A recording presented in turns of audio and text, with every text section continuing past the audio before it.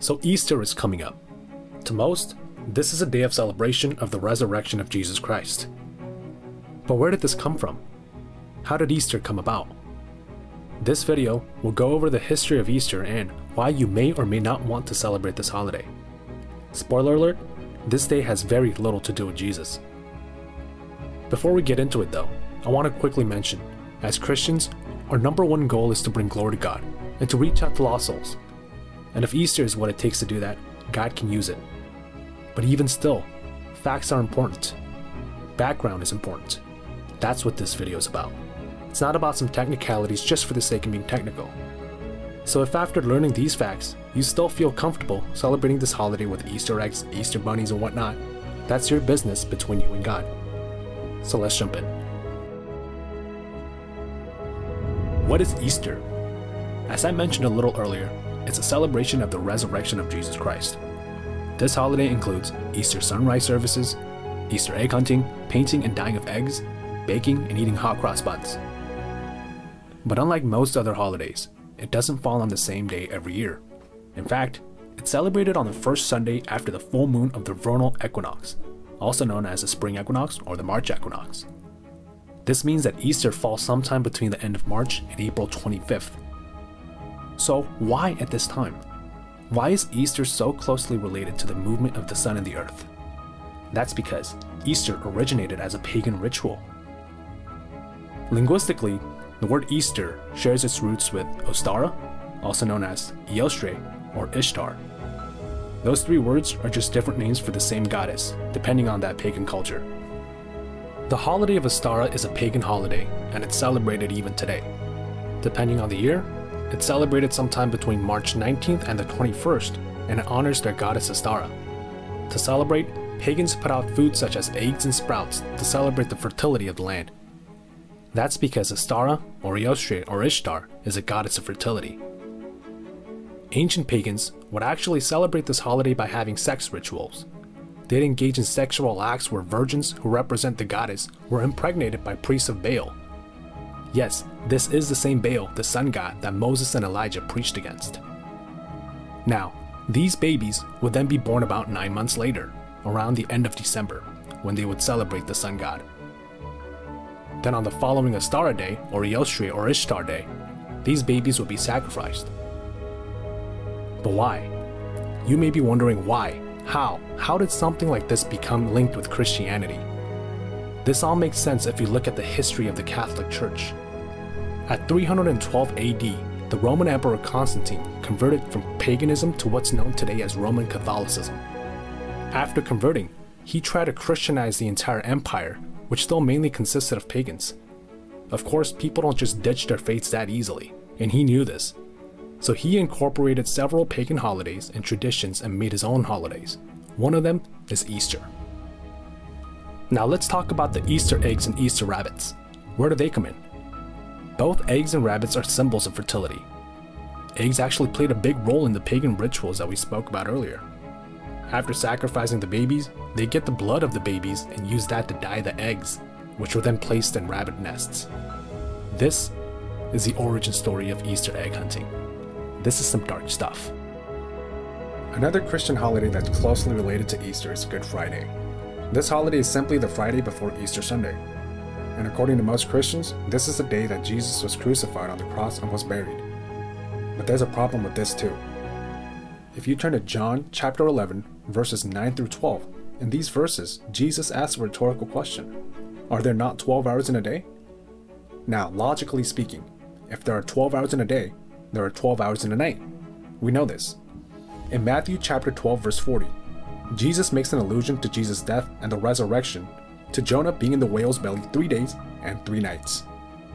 The Bible is not vague about this.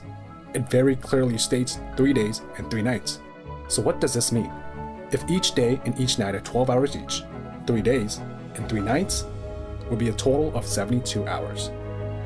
So if Jesus did rise from the dead on Sunday morning, the absolute latest that Jesus could have been buried is very early Thursday morning.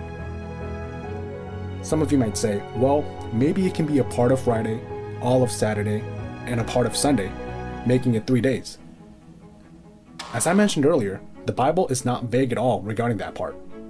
Jesus alludes to Jonah being in the whale's belly 3 days and 3 nights. Jesus then uses that analogy to his own resurrection. So let's talk about when Jesus really was killed and buried. In Luke chapter 23, verse 44, it says, "And it was about the 6th hour, and there was darkness over all the earth until the 9th hour." This refers to the 6th hour of the Jewish day. Yes, the Jewish day starts at 6 p.m., but in this verse, it refers to the day as a day and night. This day starts at 6 a.m. This means that there was darkness over the earth from 12 p.m. to 3 p.m.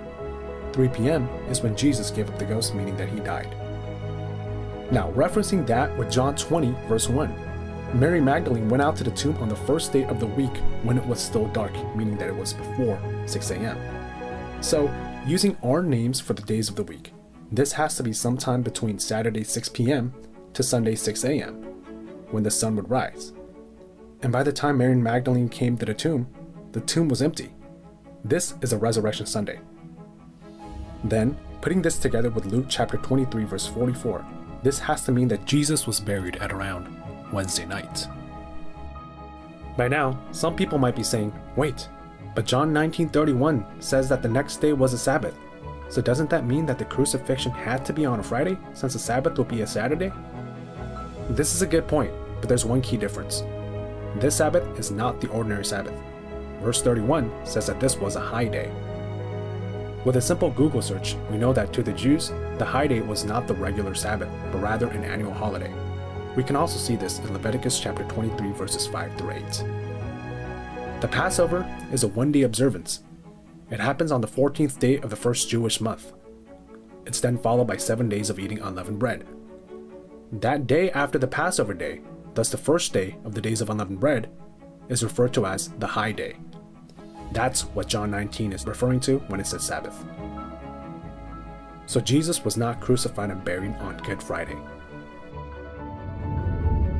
The only time the word Easter ever comes out in the Bible is in Acts chapter 12 verse 4.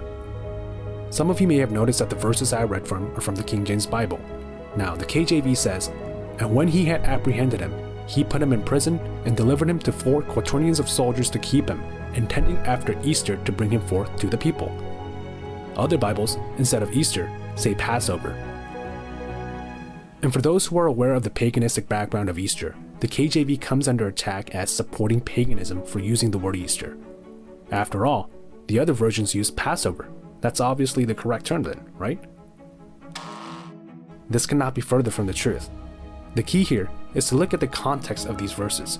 Earlier we covered what the Passover is, and we learned that following the Passover comes the days of unleavened bread. If you look closely at the previous verses, verses 1 through 3, you'll notice that Passover had to have passed already by the time that Peter was apprehended. Verse 3 says, "He proceeded further to take Peter also. Then were the days of unleavened bread." It's only after that where Peter's apprehended and put in prison. Then the rest of verse 4 says that Herod intended after Easter to bring Peter forth to the people. Purely chronologically speaking, Herod waiting until Passover to bring Peter before the people? That makes no sense, because the Passover had already passed. This is not a mistake in the King James Bible. Easter was a Roman holiday, as we've learned, and Herod was a Roman appointed king who was observing a Roman holiday. I hope you enjoyed this video and learned a bit about the true dark history behind Easter. Thank you for watching.